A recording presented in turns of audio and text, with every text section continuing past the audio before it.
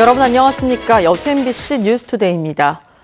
전라남도가 오는 7월부터 노선버스 업종이 특례 업종에서 제외되고 주당 근로시간이 52시간으로 단축됨에 따라 대응책 마련에 부심하고 있습니다.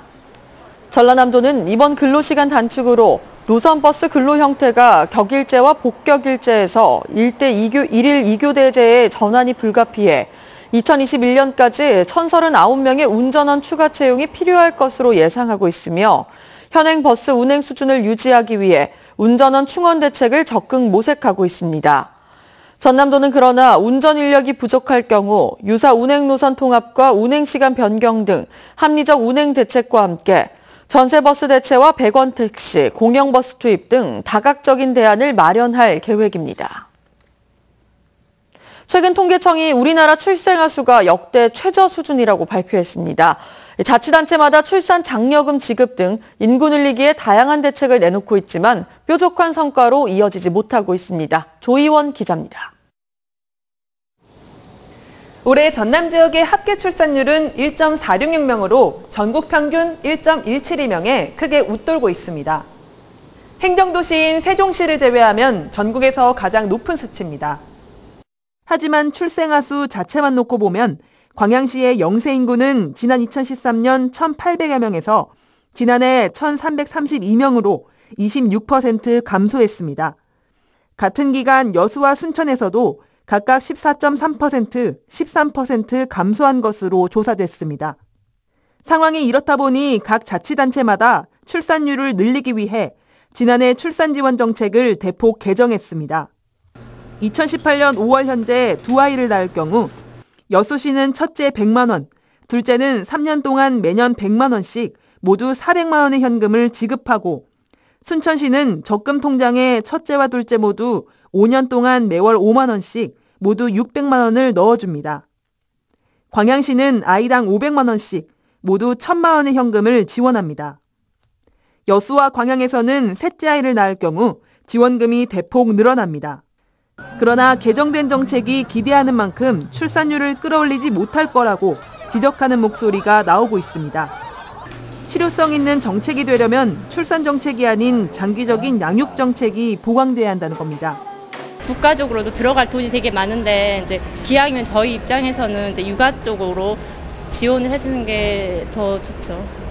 출산지원금 자격 조건을 해당 지역에 1년 이하 거주하는 사람으로 제한한 점을 악용해 주소지만 옮기는 위장 전입을 통해 지원금만 타내는 사례도 발생하고 있습니다. 실제 그 지역의 인구를 늘리는 데는 큰 도움이 되지 않는다는 겁니다. 잠깐 여수에 적을 뒀다가 다시 타 지역으로 가는 경우도 많이 들었습니다. 아이를 낳았을 때 잠시만 지원을 하는 것이 아니라 쭉 길게 이제 장기적인 정책이 이루어지면 더 좋지 않을까라고 생각합니다. 지금의 추세라면 전남 대부분 지역이 30년 안에 초고령화 사회가 될 거라는 관측이 나오고 있습니다. 더 늦기 전에 지자체의 깊이 있는 고민이 필요한 시점입니다. MBC 뉴스 조희원입니다. 여수시가 낭만포차 3기 운영자 모집을 위한 공고에 들어갔습니다. 여수시는 다음 달 1일 낭만포차 운영 희망자를 대상으로 신청을 받은 뒤 1차 서류평가와 2차 음식 품평회를 거쳐 다음 달 중순쯤 3기 운영자를 확정할 계획입니다.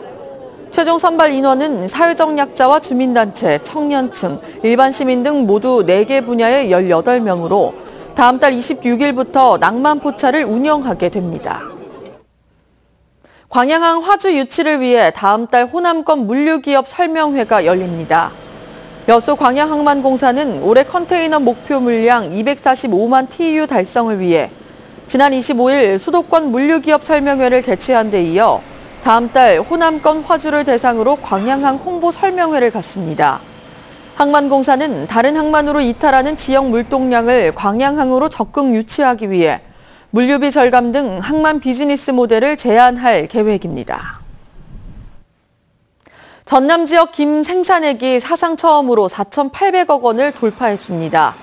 전라남도에 따르면 2018년상 물김은 고흥군 등 12개 시군 2,300어가 70만 척에서 지난해 11월부터 최근까지 생산됐으며 전체 생산량은 42만 7천 톤으로 전년보다 7만 9천 톤, 23%가, 생산액도 4,845억 원으로 전년보다 848억 원이 21%가 각각 증가했습니다. 시군별로는 진도가 1,270억 원, 고흥이 1,100억 원, 해남 983억 원, 완도 555억 원 등입니다.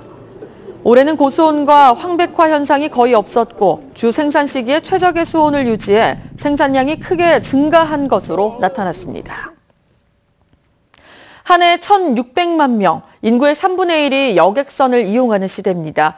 바다 위에서 비상 상황이 발생했을 때 어떻게 해야 할지 아시나요? 여객선과 낚싯배 등의 사고가 끊이지 않으면서 정부가 선박 안전 해설사를 도입했습니다. 양현승 기자가 취재했습니다. 흑산도로 가는 여객선입니다. 출항을 앞두고 비상시 행동 요령이 TV로 방송됩니다. 승객 대부분이 섬을 가는 들뜬 마음뿐. 안전 교육 방송을 외면합니다.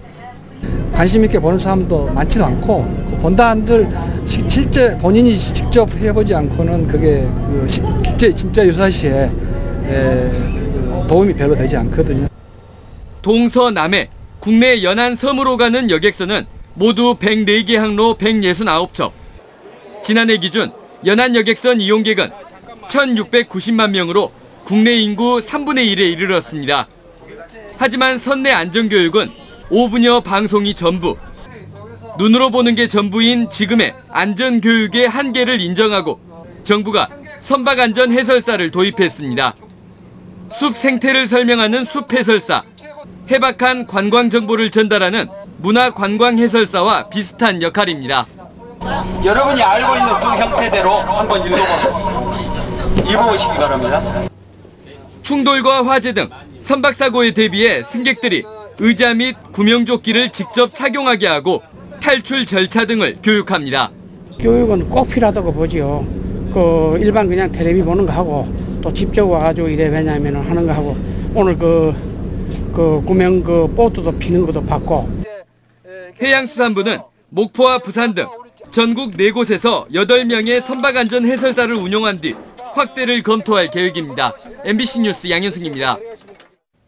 6.13 지방선거를 앞두고 지난주까지 후보 등록이 모두 마무리됐습니다. 이번 주 목요일부터는 후보들이 토론회와 거리 유세 등을 통해 본격적인 표심 잡기에 나섭니다. 이계상 기자가 보도합니다. 광주 전남 시도지사와 시도교육감, 기초단체장과 지방의원 등 모두 423명의 지역 일꾼을 이번 6.13 지방선거를 통해 선출합니다. 총 966명이 후보로 등록해서 2.2대 1의 경쟁률을 기록한 것으로 집계됐습니다. 여기에다 광주와 전남에서 한 곳씩 2개 선거구에서 국회의원을 새로 뽑게 됩니다. 저마다 당선의 꿈을 갖고 지방선거에 도전한 후보들은 이번 주부터 본격적인 선거 운동에 돌입합니다. 개정된 공직선거법에 따라서 후보들이 선거 운동을 할 수 있는 기간은 목요일인 31일부터 다음 달 12일까지로 13일 동안 본선 경쟁이 펼쳐집니다. 선거구별로 선거관리위원회가 주관하는 방송토론에서 후보들은 얼굴 알리기와 공약 경쟁에 나서고 유세 차량을 타고 표밭을 누비며 유권자의 적극적인 지지를 호소할 수 있습니다. 이 기간 동안 각 가정에는 후보별 선거 공보물이 일괄 발송되고 선관위는 이번 주 중으로 후보 명부를 작성해서 다음 달 8일과 9일 이틀 동안 선거 당일 투표를 할 수 없는 유권자들을 위해서 사전 투표를 진행할 예정입니다. MBC 뉴스 이계상입니다. 전남에서 출마하는 지방선거 후보자 분석 결과 여당 소속 후보자가 가장 많은 것으로 조사됐습니다. 지난 25일 마감된 후보자 등록 결과 더불어민주당 325명, 민주평화당 163명, 민중당 26명, 정의당 21명, 바른미래당 16명, 자유한국당 2명, 녹색당과 한반도 미래연합에서 각각 1명의 후보자가 등록했습니다. 반면 무소속 후보는 광주 전남에서 모두 194명으로 집계돼 지난 6회 선거 때인 379명보다 크게 줄었습니다. 지방선거에서 투표할 유권자들을 확인하기 위해 선거인 명부 열람이 실시됩니다. 전남선거관리위원회는 어제부터 사흘 동안 각 시군 홈페이지와 방문 확인 등을 통해 자신의 선거인 명부를 열람할 수 있다며 명부에서 빠졌거나 잘못 표기가 된 걸 발견하면 이의 신청이 가능하다고 밝혔습니다. 이번 열람이 끝나면 다음 달 1일 선거인 명부가 최종 확정되며 선거인 명부에 올라와 있지 않은 유권자는 지방선거에서 투표할 수 없습니다. 여수시가 외국어 학습을 희망하는 시민에게 원어민 화상교육을 지원합니다. 여수시는 다음 달 1일까지 외국어 학습센터 홈페이지를 통해 원어민 화상교육 수강생 400명을 선착순으로 모집해 수강료를 지원한다고 밝혔습니다. 이번 외국어 화상교육은 영어와 중국어 2개 과정으로 다음 달 11일부터 4개월 동안 진행됩니다.